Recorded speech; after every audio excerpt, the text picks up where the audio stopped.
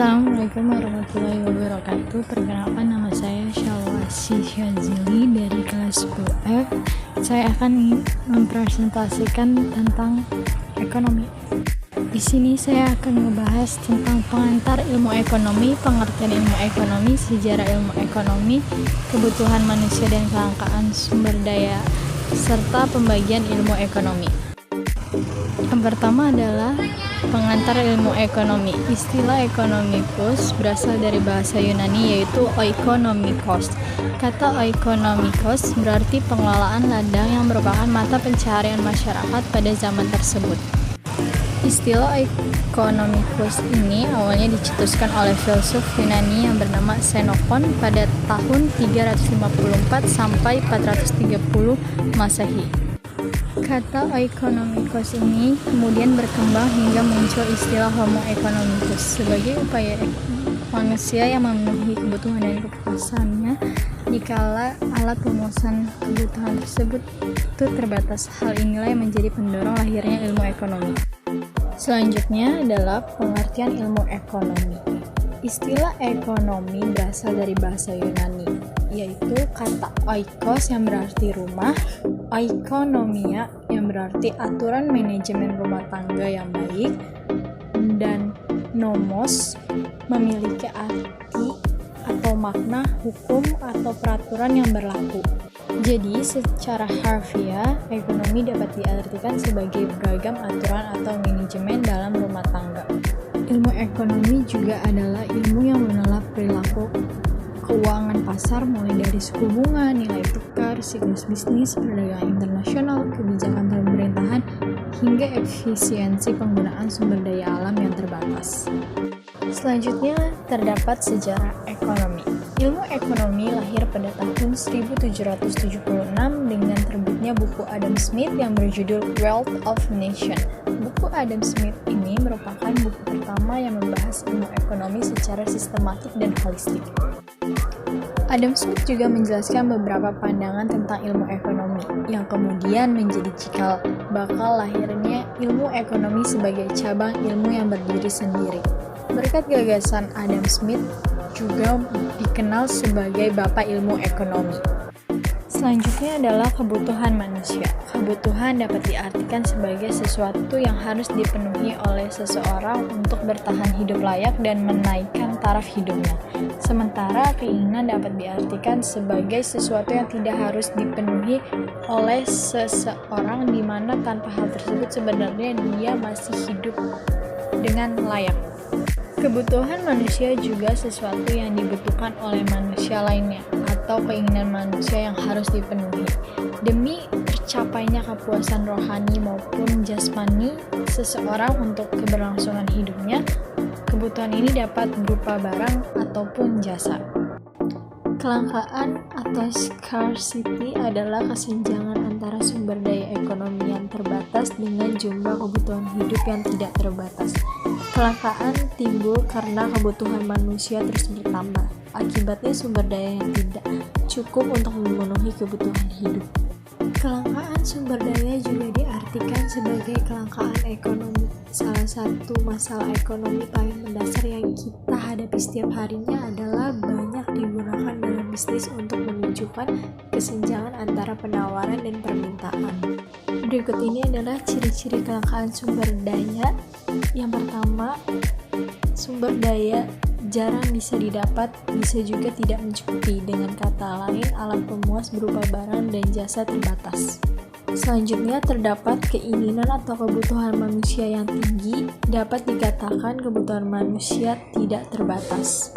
Ciri kelangkaan yang ketiga adalah jumlah alat yang memenuhi kebutuhan manusia sangat terbatas karena tidak diproduksi lagi sehingga mengakibatkan sulit didapat.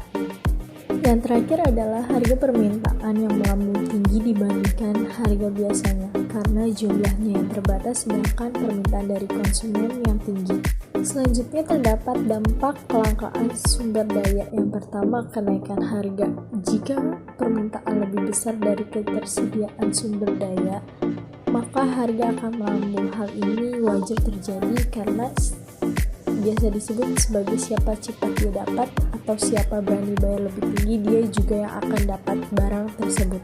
Yang kedua, terdapat pengangguran meningkat. Mengapa pengangguran meningkat ini terjadi? Karena kelangkaan alat pemuas kebutuhan menyebabkan perputaran roda ekonomi tidak berjalan dengan lancar, sehingga banyak hal yang tidak dapat terpenuhi termasuk pula ketersediaan sumber pembiayaan untuk menggaji sebuah tenaga kerja.